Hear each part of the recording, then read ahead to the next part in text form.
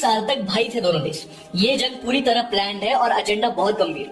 पूरी कहानी को एंड तक समझते हैं। शुरुआत होती है साल 1950 से, जब शाह मोहम्मद रेजा के अंडर ईरान दूसरी मुस्लिम मेजोरिटी कंट्री बनता है आफ्टर टर्की। 1970 तक ईरान इजराइल के बड़े भाई की भूमिका निभाता है। इवन इजराइल ईरान से ऑयल इंपोर्ट करता था और एग्रीकल्चर से लेके टेक्नोलॉजी तक दोनों भाई मिल बांट कर खा रहे थे।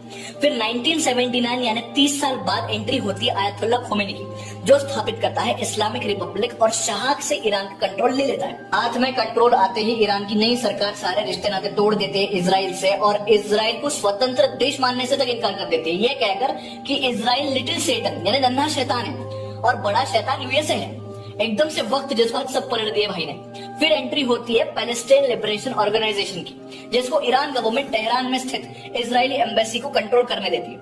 1982 में इजराइल के लेबनान पे कब्जे के दौरान ईरान अपनी IRGC यानी इस्लामिक रिवोल्यूशनरी गार्ड कॉर्प्स को लेबनीज शिया मिलिटेंट्स को ट्रेन और फंड करने के लिए भेजता है। फिर जन्म होता है हिजबुल्लाह का।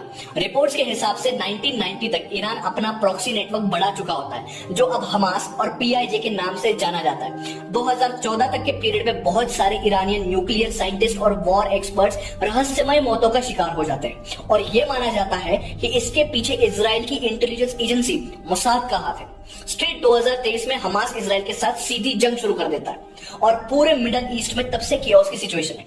फिर 2024 का साल आता है और वो ज्यादा केओटिक होता है और आम आदमी मरते रहता है। फिर जून 2025 में the 12 day war joint mission होता है यूएस और इजराइल का। छोटी जंग होती है और फिर एक बार ईरान की न्यूक्लियर साइट को B2 बॉम्बर उड़ा देता है, ऐसा ट्रंप का कहना है। तो इसमें फायदा किसका है? इजराइल का, जो पूरी दुनिया को अपने अंडर लाना चाहता है, यूएसए जो चाहता है कि उसकी ताकत बरकरार रहे, या फिर ईरान जो खुद वेस्ट से इन्फ्लुएंस होना चाहता है। पर इसमें आम आदमी की पोजीशन क्लियर है भाई लोग, वो है मरने की। तुमको क्या लगता है कमेंट सेक्शन में बताओ। You can follow me because I am on the premium side of Instagram. जय हिंद।